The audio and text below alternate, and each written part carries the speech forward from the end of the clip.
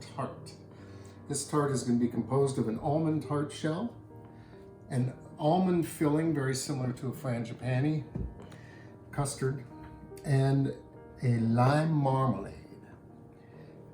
And so now let's look at how all these pieces get made, and then we'll put them together and bake it. All right, so we are going to make an almond tart crust.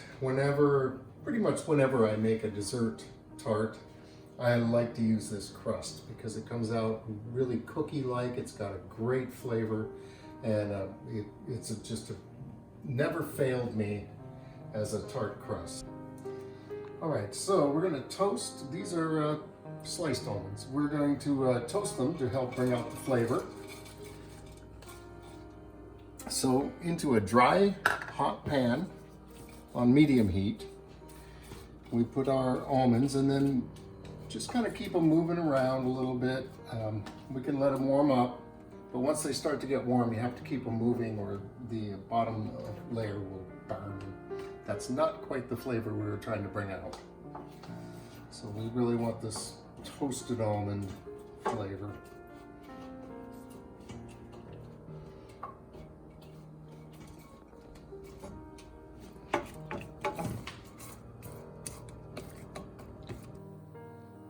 So now you can see that these are starting to get a little bit of color to them. This is toasted enough. We don't want to go any farther than that or we'll get burned flavor. So now we've got to let these cool before we can put them in our crust. So the first thing we need is a cup of flour. And y'all know how to measure flour. If you take your cup and drag it through the flour, it compacts and you don't get an accurate measurement. So the most accurate way to measure flour is to weigh it. And a cup of flour would weigh 120 grams. But for this purpose today, you just spoon it in loosely. You don't pack it down or anything. And in this way, you'll get a cup of flour that weighs close to 120 grams.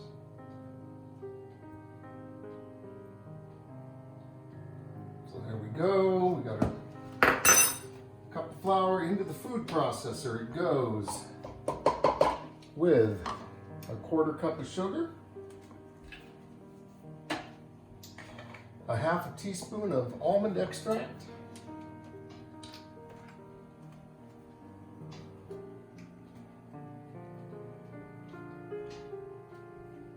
it's actually better to measure this not over the bowl of the food processor just in case you spill a little, pour too much. And a 1/4 teaspoon of salt. And this I will measure outside here because it's a full salt container. 6 tablespoons of butter, and it's best if the butter's still cold. And our cooled down, roasted, toasted almonds. And that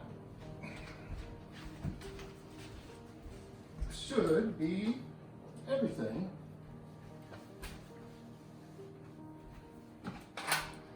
So now we're going to pulse this a few times.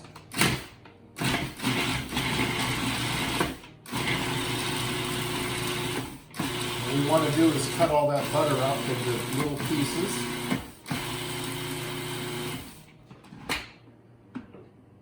That looks pretty good. You can see it's got a little grain to it. It looks pretty good. And the almonds are cut up. So now we're going to add a little bit of water to get this to come together as a dough.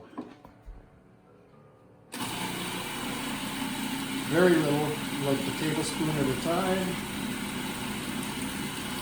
And you'll see the change happen pretty quickly here.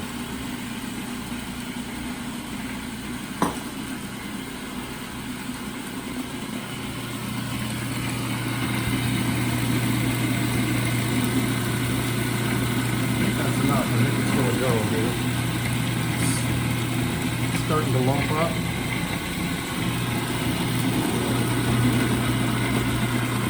Maybe just a little bit more. There we go.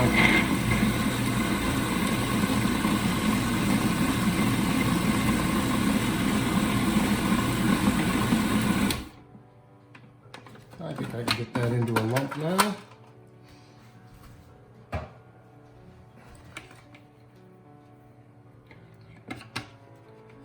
So then we take our dough and put it into our prepared tart shell. I've just oiled this tart shell. It doesn't really need a lot of oil because there's so much butter in the crust, but you really don't want it to stick at the end. And we're just going to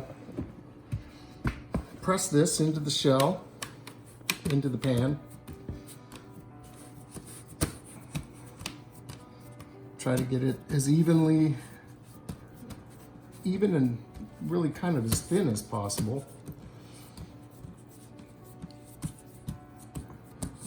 And you can see that this dough is really easy to work with. It's not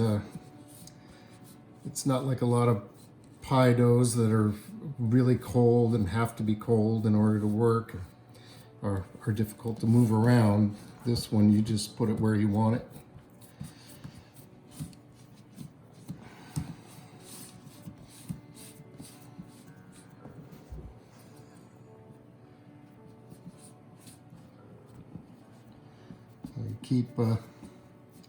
Keep moving it and look for thin spots. You can fill in a thin spot by sliding some dough over to it. If there's a place where it's not coming up to the edge very well, you can steal some from another spot and bring it over there, and it'll just glue itself together. I like this dough. It's just so easy to work with. And you want this to get up to the lip of the pan, which will help keep the sides from sliding down in when you bake it.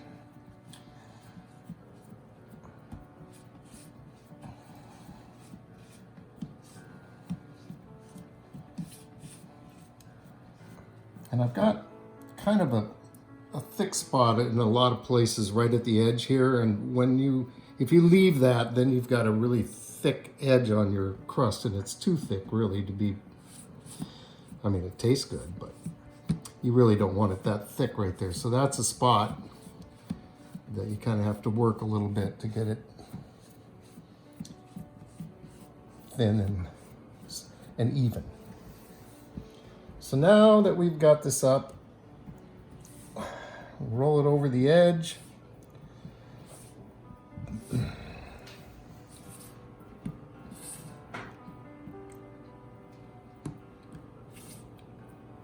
And voila, a tart case.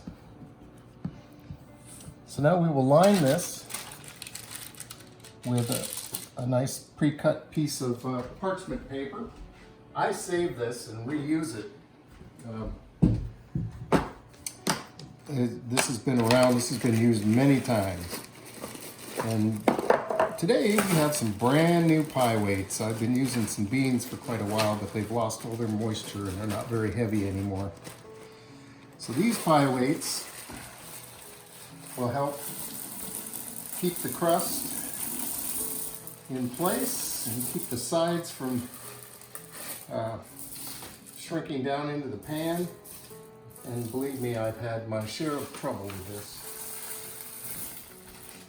And pie weights are the way to go.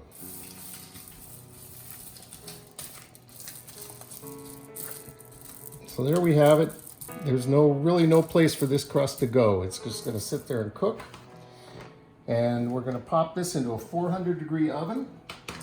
And tart pans, because they do have a little space between the bottom and the sides, and you're using a lot of oil in the crust, they can leak out the bottom. So always put your tart pan on a cookie sheet in the oven. And there you have it. We're going to let that cook for 20 minutes. and we'll see what we got when it comes out. All right, so this has been in for 15 minutes, and I would really like to use the last 5 minutes to cook the bottom a little more. So we're going to get the pie weights out, hopefully. I've never done this with these little weights before. And we'll see how well this works. Looks like it's going to be marble. Yep. Good. That's pretty good. Careful, they're hot. Step on them. All right, so that's going to be fine. I'm going to put this back in for 5 more minutes. And I think we'll just ignore those few little weights that are on there.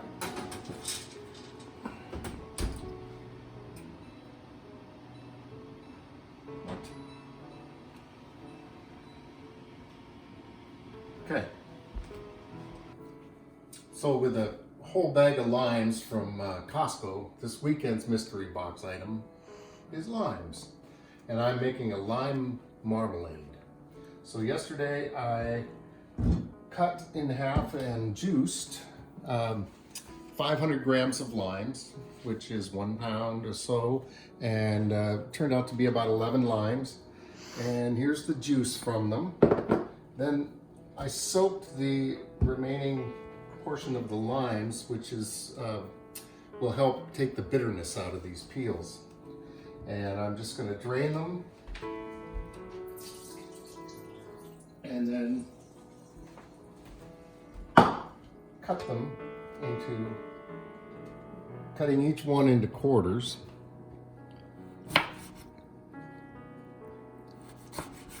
And then taking those quarters and just cutting them into the thinnest strips I can get.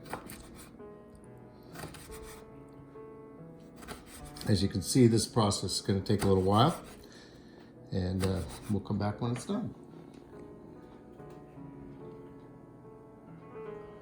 Okay, this is quite the process. In lieu of actual knife skills, what I have is patience. Just go slow and steady, don't cut yourself. And there we have our sliced up limes. Now I know you were wondering, some of you, yes, I did scrub these limes before I started this, so there was no junk on the peels. So now that we have them all cut up into their nice little shapes here, we're going to throw them in the pan.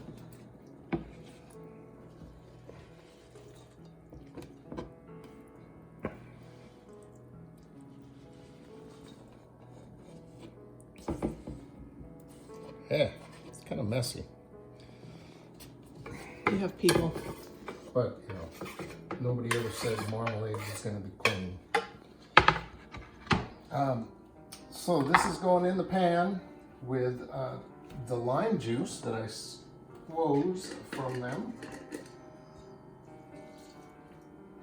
and 4 cups of cold water. And this is going to go on the burner for a good hour and further soften these lime rinds by cooking them. So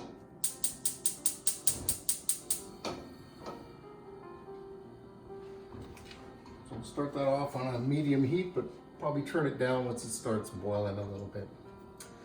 And we'll come back when those are done. All right, so now our marmalade has been simmering here for an hour.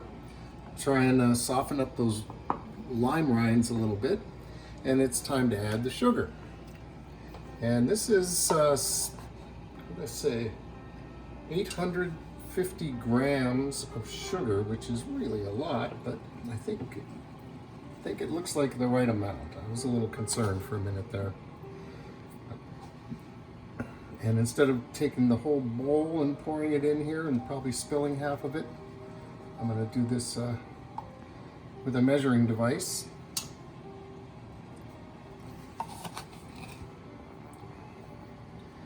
Just to avoid spilling, that's all. And once we get all the sugar in here, we're going to boil it for a little while. And just make sure all the sugar gets dissolved. And then we're going to boil it for almost an hour to try and get this to set as we would want our marmalade to be. For now, there we go.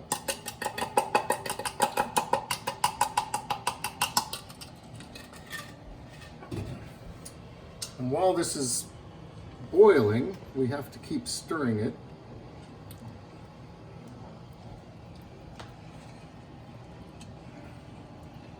And the instructions tell us to remove any foam or any scum that forms on top.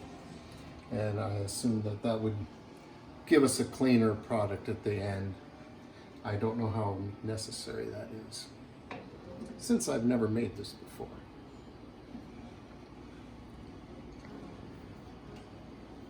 It's so fun having you along on this experiment.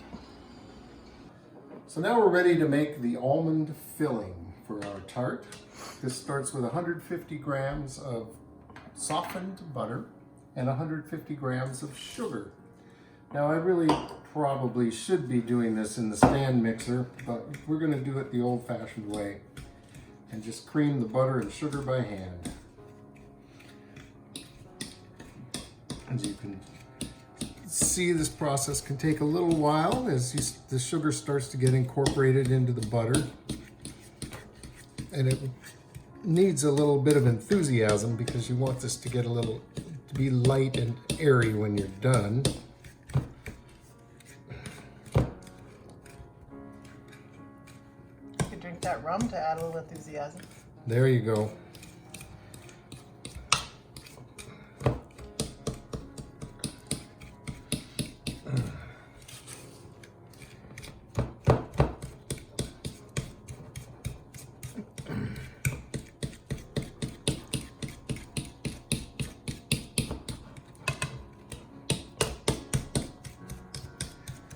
It is nice to let the stand mixer do all this work for you, but you know, I spent a lot of time cooking where there wasn't any electricity, so got really used to doing things the old-fashioned way.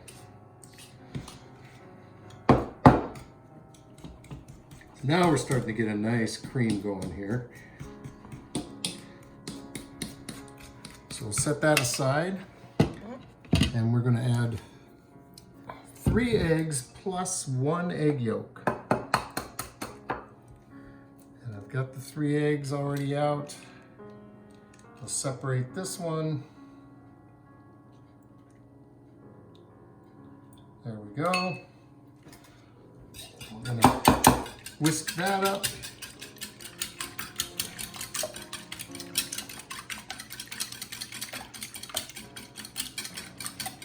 Add a little bit of that to our sugar mixture.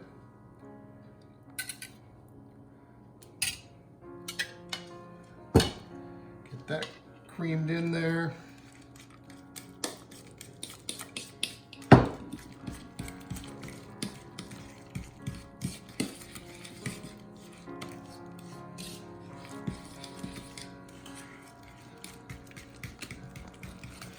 Now I'll add the rest.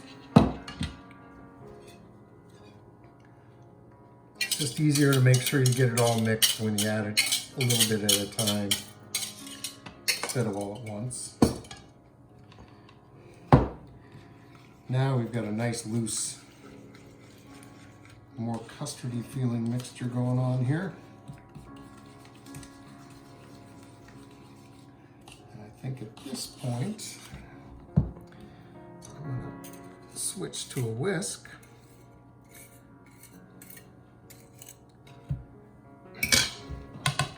See if we can get a real good mix going here.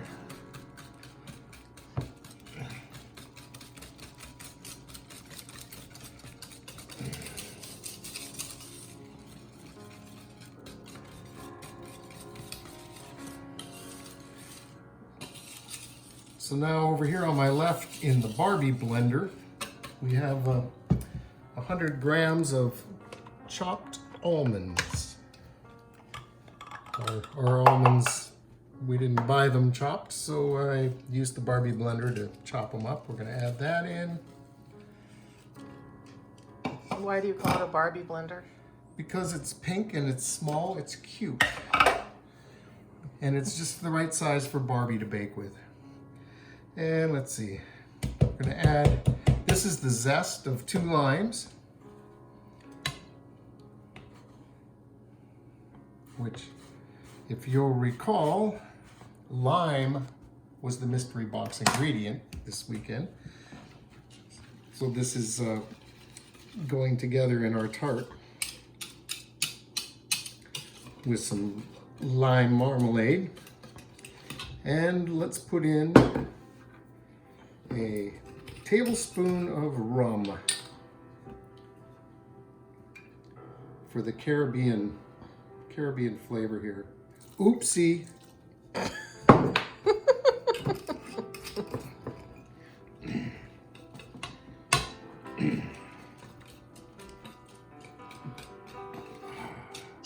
And there you have the filling for our tart. That's that. And now we're ready to assemble our tart. We have the lime marmalade.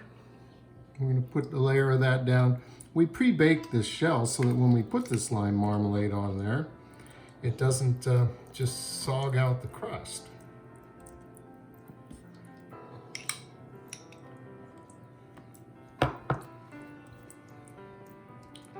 And we're just going to spread a layer of this.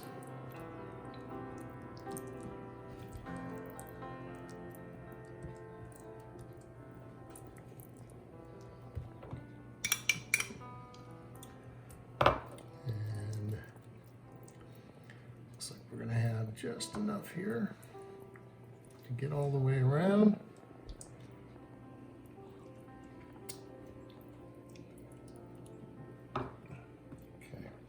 And then on top of that, we will put our almond custard.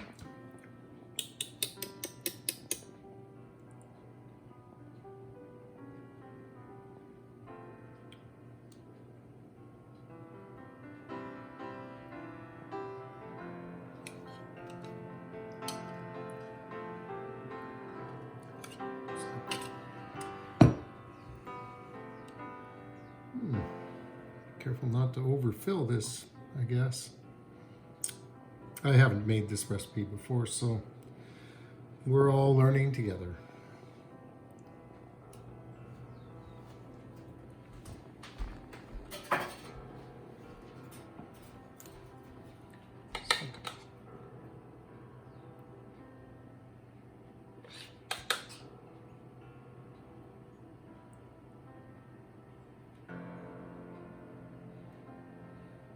Now this is going to go in the oven, a 350-degree oven, for another 40 minutes until the custard has set. And then we should have a delicious tart. Oh, and you were asking, we're not going to waste these limes that we took the peel off of. Those are going to be used for margaritas in a few minutes.